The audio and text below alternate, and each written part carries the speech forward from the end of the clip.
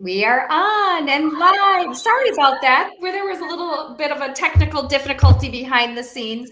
I'm Carla Berline, host of Around Town TV, Minnesota's lifestyle and business experts. We've been bringing you the best kept secrets, businesses, organizations, and people since 2003. And we are now the longest airing television community showcase. And I am thrilled to have back with us tonight Mrs. Petite USA, Rachel Latuff Betterley. Hi, everybody. I'm so excited to be back to chat all the things. Oh, lots of fun things. Well, and the biggest thing, or the thing that's coming up quickly, is you are leaving for Universal Petite next week, correct? In a week. A week. Wow, that's crazy. A week.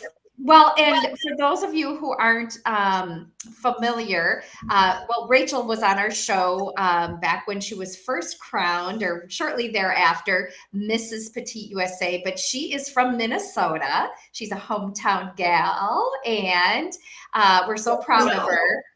Yes. Would you say, hun? Is it don't you know? Oh, don't you know? Yeah, sure. You betcha.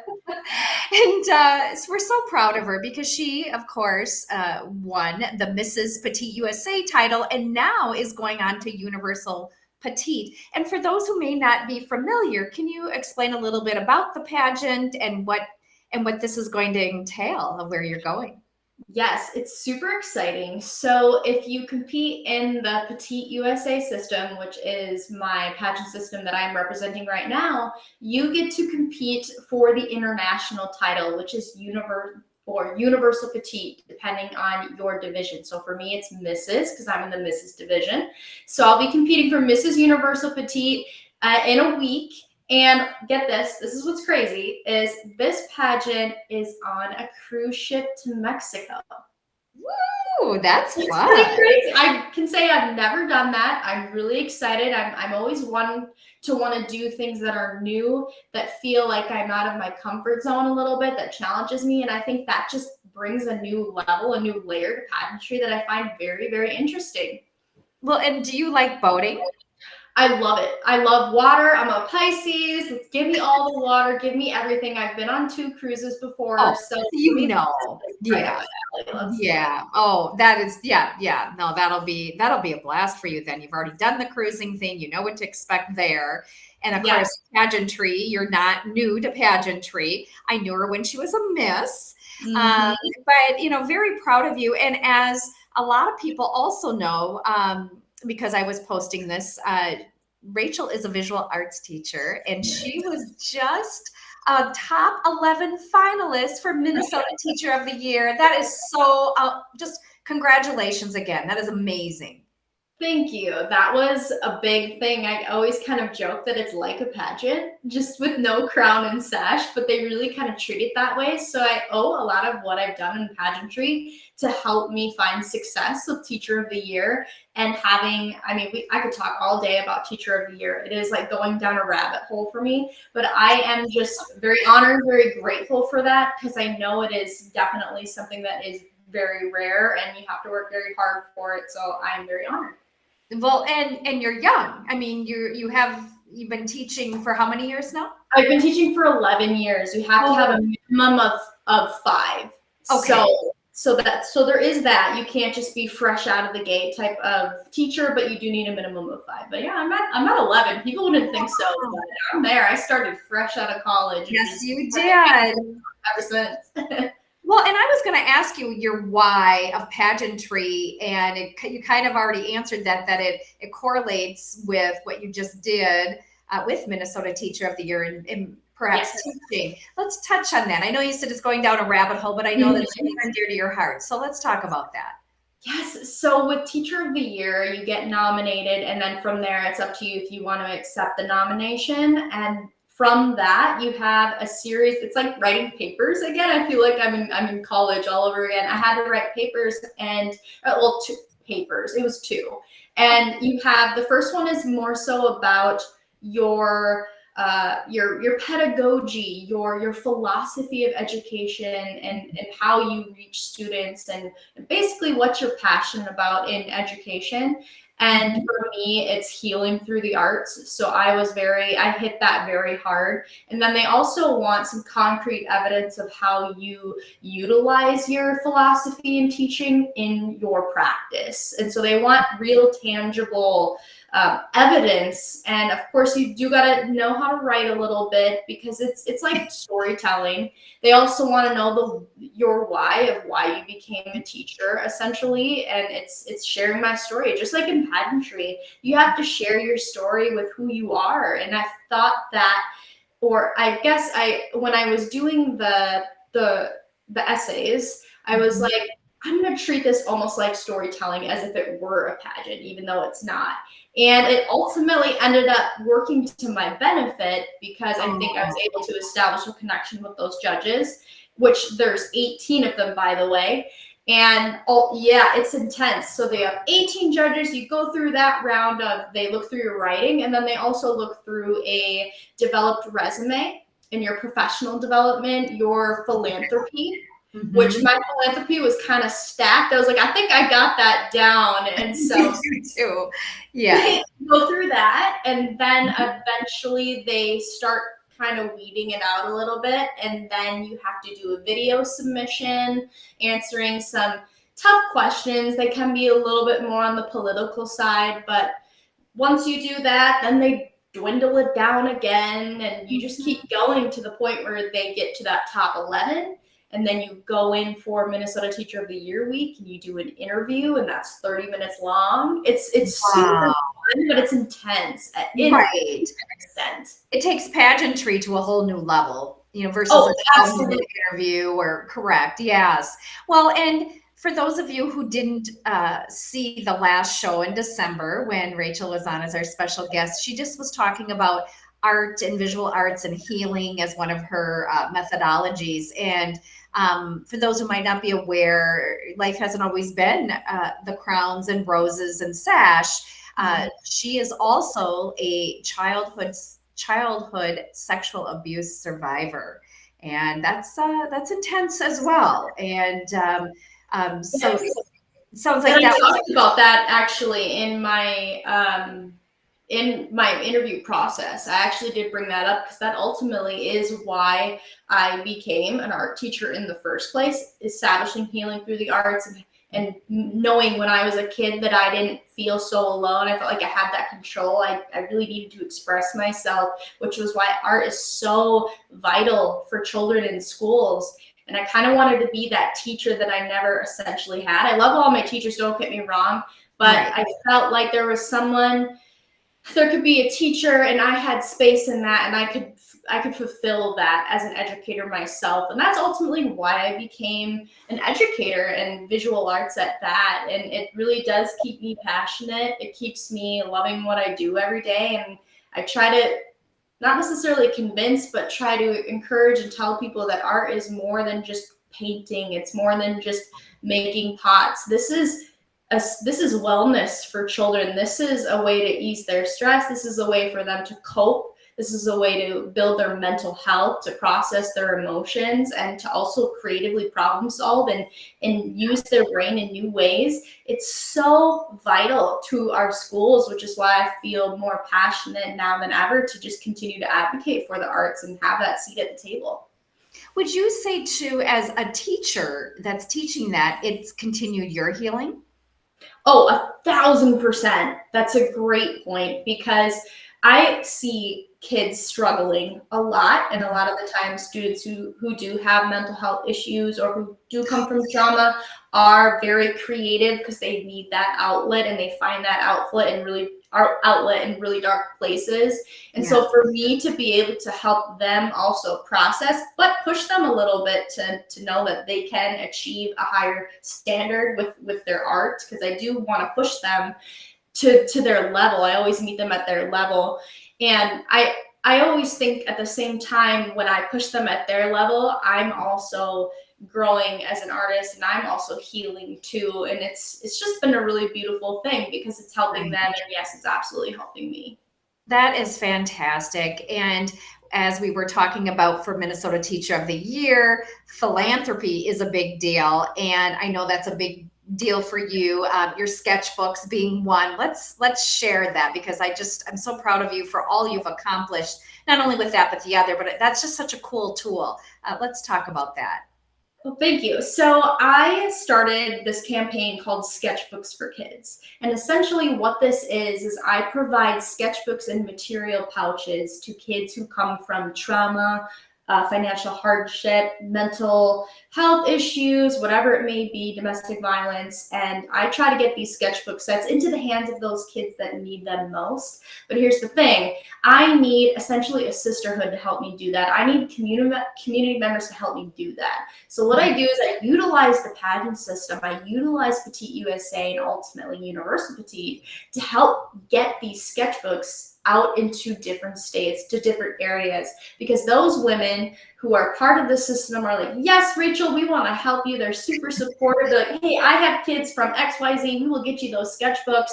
And so it's kind of like this grassroots networking system. And it's ultimately through pageantry where I've been able to do that at a much larger, faster rate. So we've gotten sketchbook sets to over 23 states now and 5 different countries. And I think that's pretty fantastic. And it's something that I want to continue doing should I actually win Mrs. Universal Petite. Well, it's not only giving you a voice, but I love how you talk about the sisterhood and expanding it into the other states and across America and universally.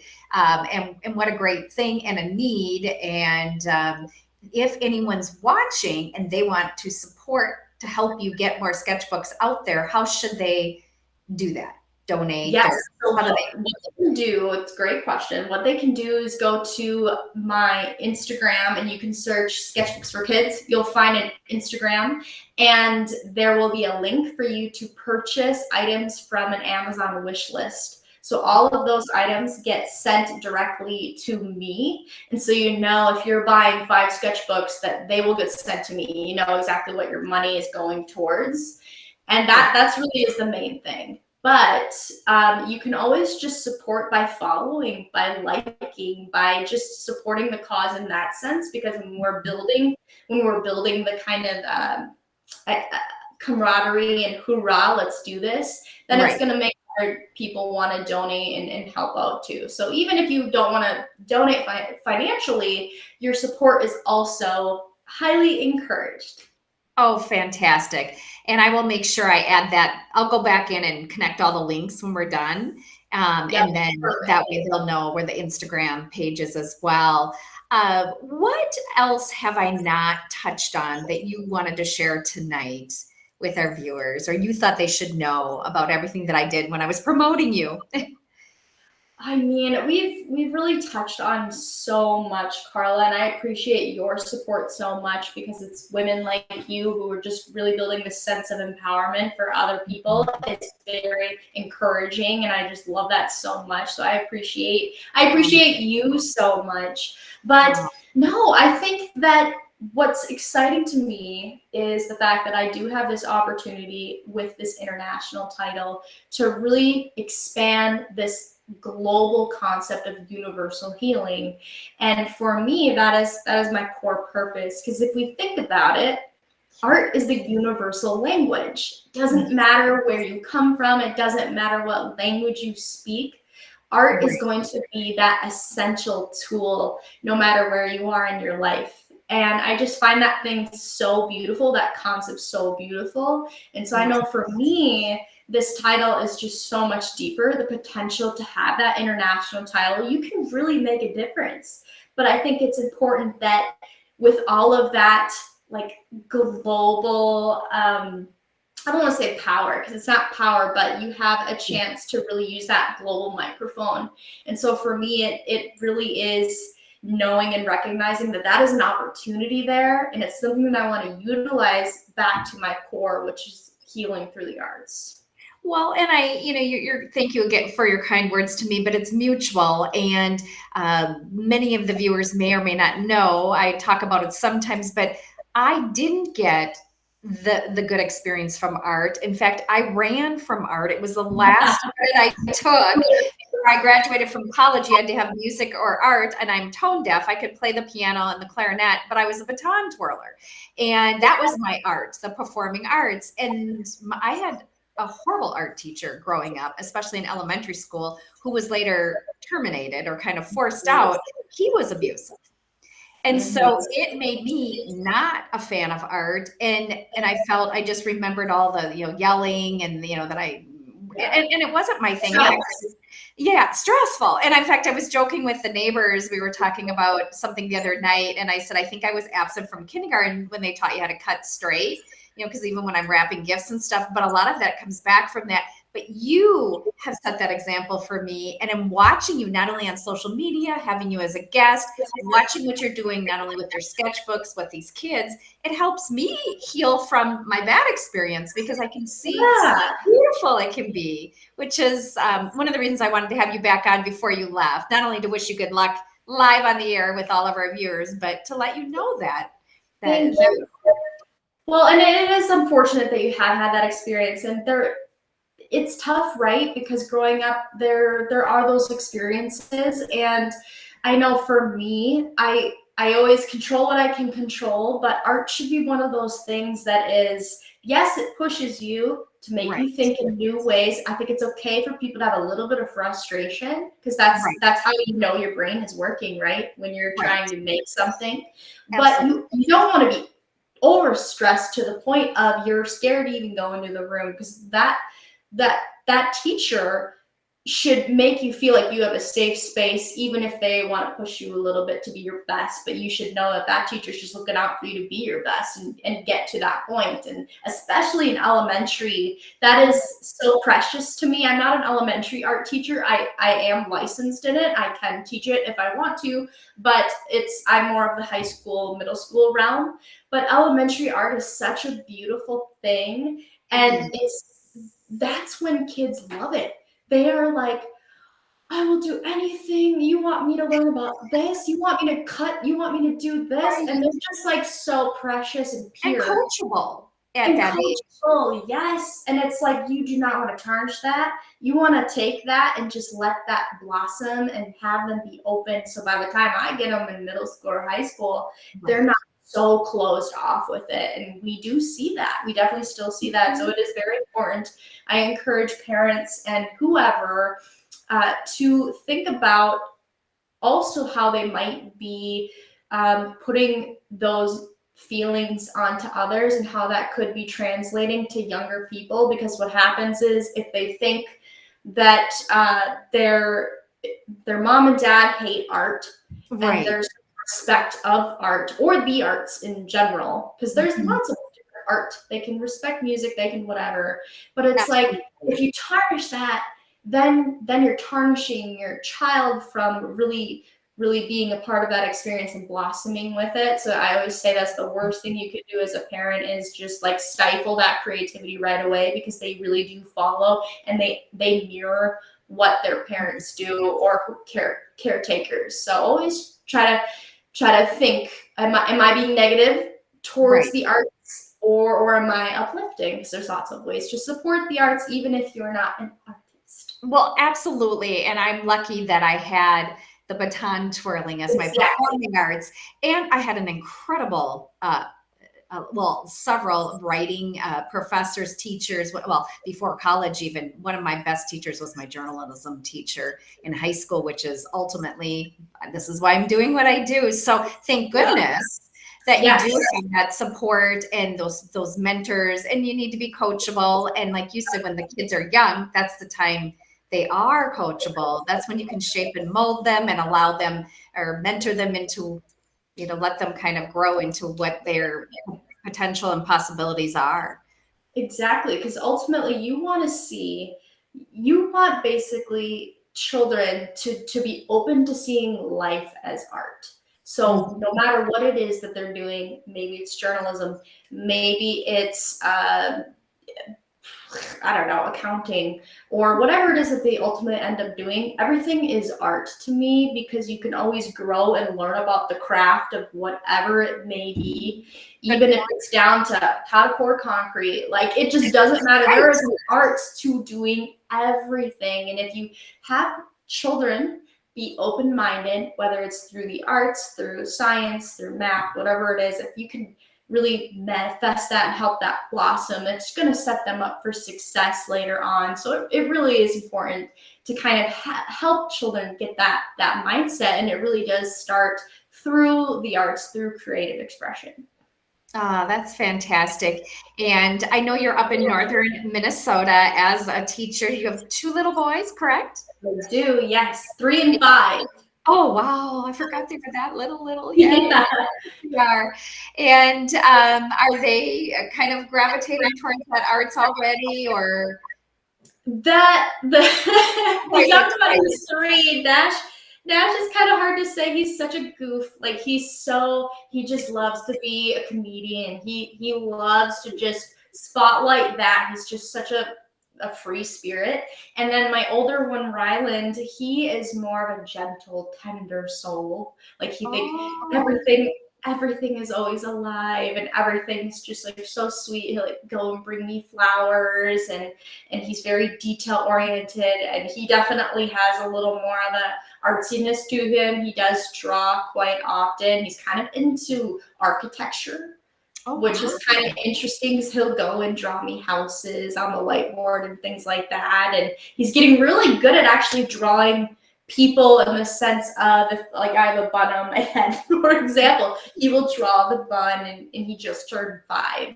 And so Wow. we've just in a year alone seen his skills really expand. And we've gotten him a sketchbook. They both have a sketchbook. They're two very different kinds of sketchbooks right now.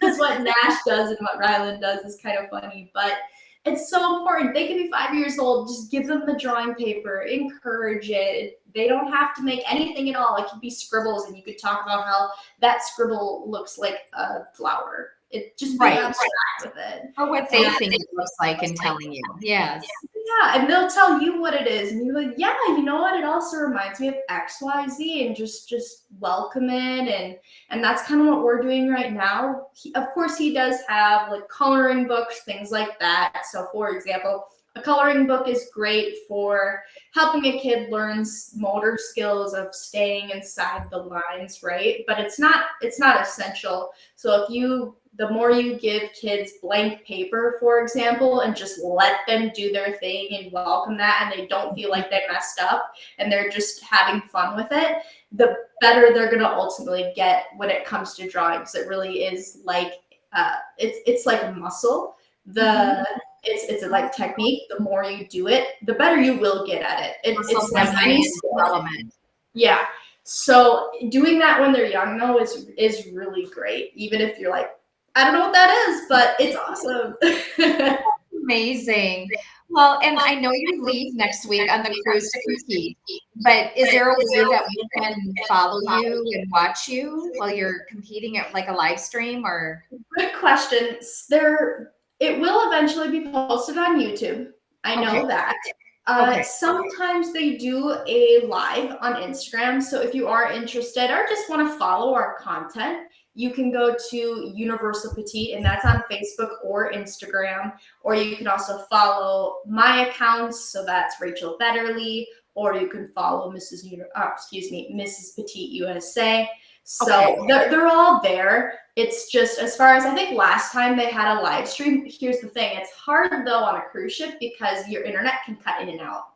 That's why I asked, because I had a feeling with the internet cutting in and out that they'd likely have to post it at a later date, which makes sense. We did try though. So last year, for example, I got bits and pieces of it. It was a little bit shaky of a live, but they did at least try, which I really like. But I also do love the fact that they post it on YouTube as well after. So you'll Oh, just have to follow the content and all the posts and stories, and then you'll get up to date. I will oh, be sure to post often. Oh, fantastic. So for those who are on that are watching, we have our Mrs. Petite USA, Rachel Betterley, who is with us tonight. She's back with us. She was on in December, but she is getting ready to leave for the Universal Petite pageant to compete. She's a Minnesota gal. She is also a visual arts teacher in the northern part of our state. And she is also a top 11 finalist for Minnesota Teacher of the Year. She is a childhood sexual abuse survivor. I can't even hardly say that. It just, It's a lot. It took a long time for me.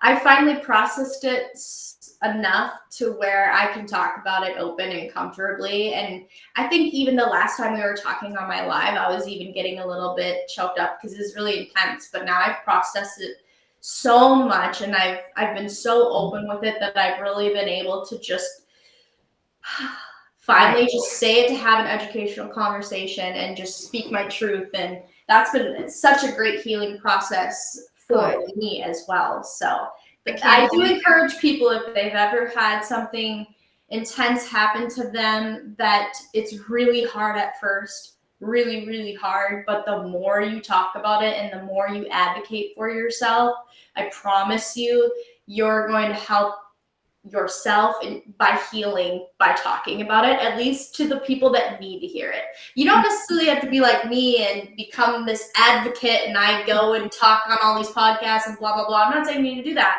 but if there's something that's been really hard for you, that's really deep, and you need to tell the people that need to hear it most to help you heal, I highly encourage you to have those conversations because it matters.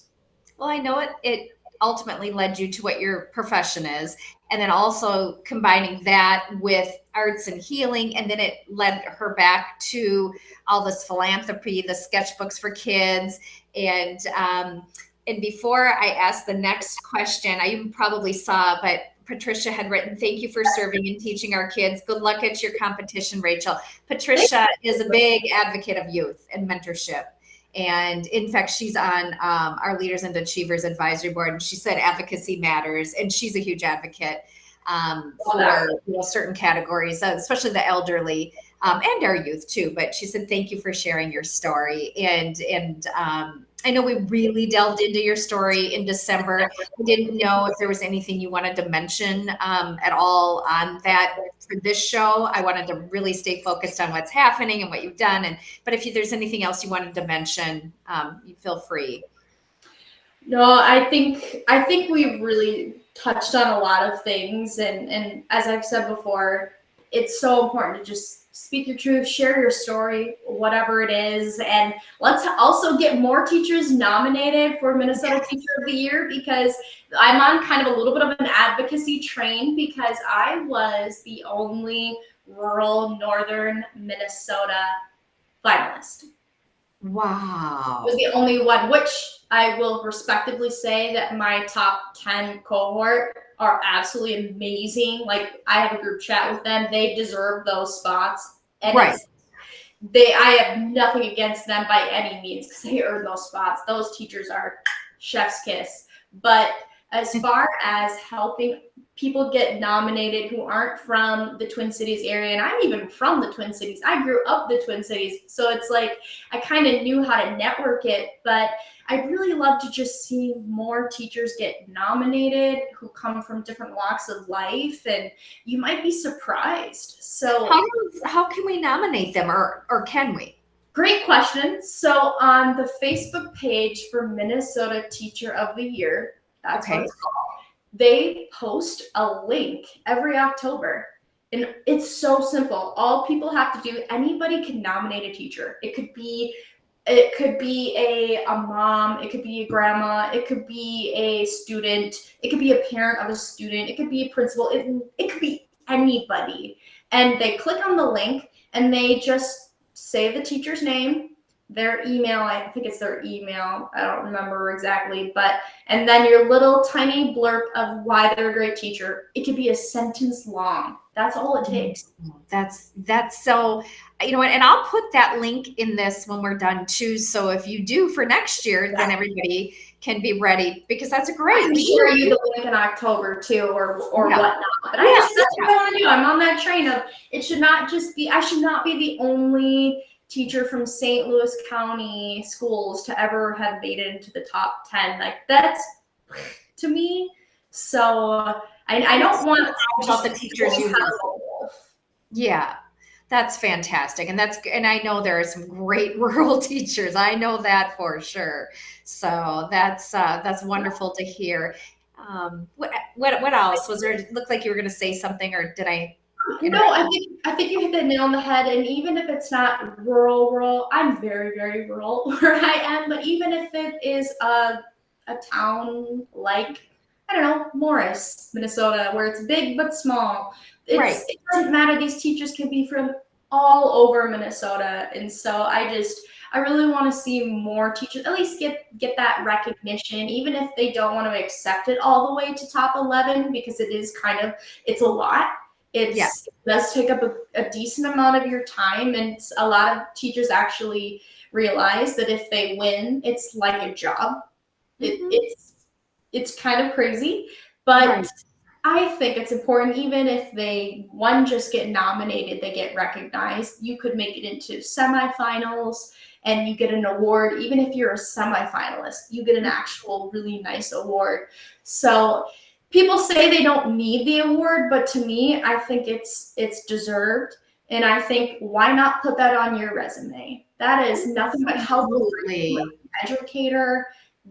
You earn that. Our So teachers go through so much that I love to be able to honor those who give to the students in our future, because they are our future, and you are the advocate. You're helping not only with the arts, which is huge, and healing, and your leadership, and all of your philanthropy and everything you've done, you bring together, and you deserve to be honored. All teachers who are in the top 11 or nominated are nominated for a reason. And I think it just allows us to celebrate them. And I even think about when we go down to St. Paul, we stay at the St. Paul Hotel for a weekend, we do professional development. They ingrained in our head so many times, we had to tell them we were a Minnesota Teacher of the Year finalist, and they made us say that. I swear it felt like 50 times, because they said, Good. you, we're teachers, right? We're always kind of a little bit reserved. I mean, I don't know about me, like I've got sparkle and stuff, but it's still, I don't toot my horn about education. That's just really something that I believe in it, but I don't toot my horn as the from a teaching standpoint. This is Right. new to me this year, but they really made sure to be like, no, put this in your email bio below. Like, this matters. Make sure Signatures. you accept it and know that you deserve it. There's no imposter syndrome here. You deserve it. And I'm finally like, okay, I I got accept this. it. But Well, yeah. and I'm proud of you for that, and it says a lot. And I'm also proud of all that you've accomplished in the pageantry. And we both know that, it's two of our biggest iconic pageants right now.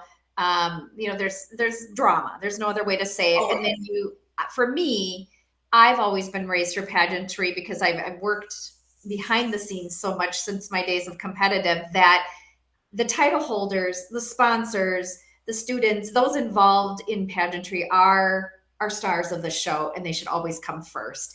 And it hurts me to see when they're, whether it's leadership or whatever, because I don't know, that there may be some mental health and people feeling like resignation and whatever it may be. So it's been great for me to follow you, to see a healthy, I mean, I've watched you and all these photo shoots in your group, and it seems like you've got great leadership and a great organization, and it's allowed you to really just blossom and flourish with your own personal healing and getting your voice out there about the arts and, of course, education and all those things that are near and dear to your heart. Yes, Petite USA has been fantastic. They are one of those pageants where they really want to emphasize sisterhood, but they also want to make sure you get the things and the tools and the resources that you want to do. They're not going to necessarily force you to do X, Y, Z. What's really nice, Jenna Rose, she's our director. She's really great. She's actually my age, and which is kind of nice, but she said, she'll give you whatever you need. And so I've never felt like I was controlled. I've only felt like I was supported. But she also trusts me in the sense of, yeah, Rachel knows what she wants to do. She's here to do XYZ, and she just knows. Here's the reins type of thing. And Right. she's also like that with everybody. So I think it's really important to, if people ever want to get into a pageant, do your research, but also know that there's a lot of different pageant systems out there, and you got to find one that just works best for you and your lifestyle. And yeah, like we've been involved with the big ones, right? And we know Right. there's a lot of pros and cons to it. But Oh, right. Yep. right?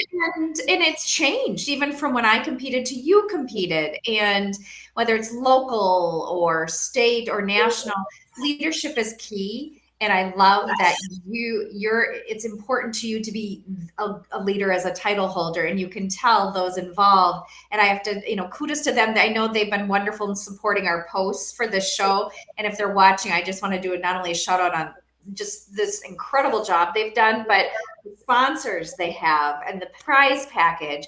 And it's just been watching people like you flourish. I mean, that says it all.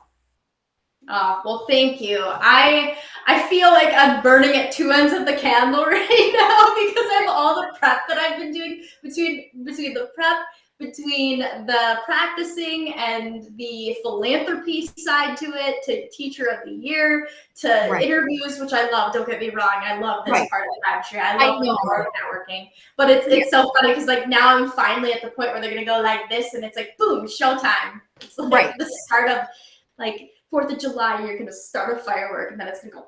I feel like I'm Well, and I told myself, I could talk to you all night, but I'm like, okay, we're going to keep this short. We've already been on 40 minutes, but because I know you have a lot to do to get ready to leave. And Patricia did say, keep on shining and sparkling, Rachel. I know. Isn't she just like, you're just beautiful and inside and out. And I just love you and so proud of you. And on behalf of all of the viewers, wishing you the best of luck.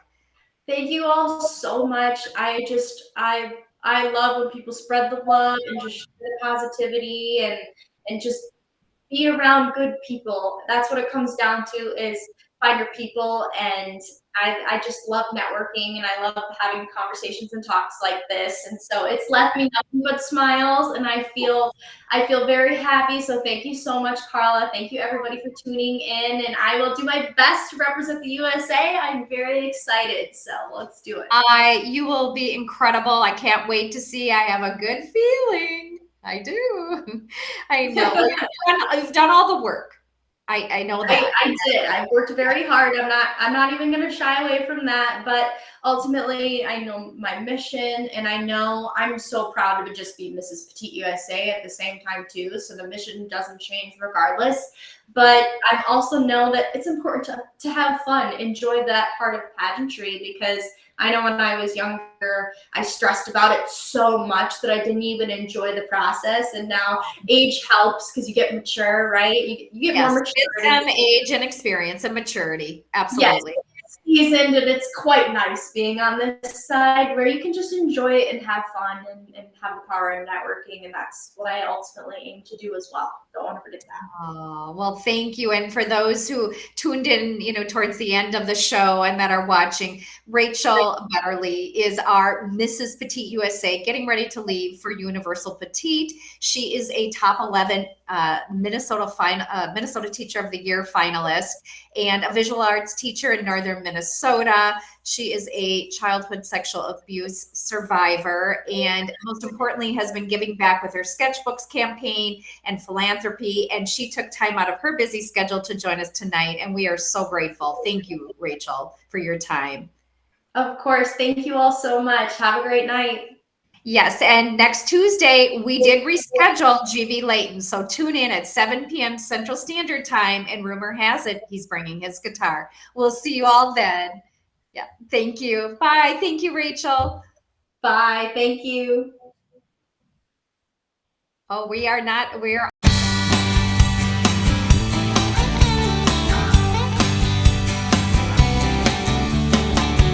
I go where everyone is friendly. I go where I am known.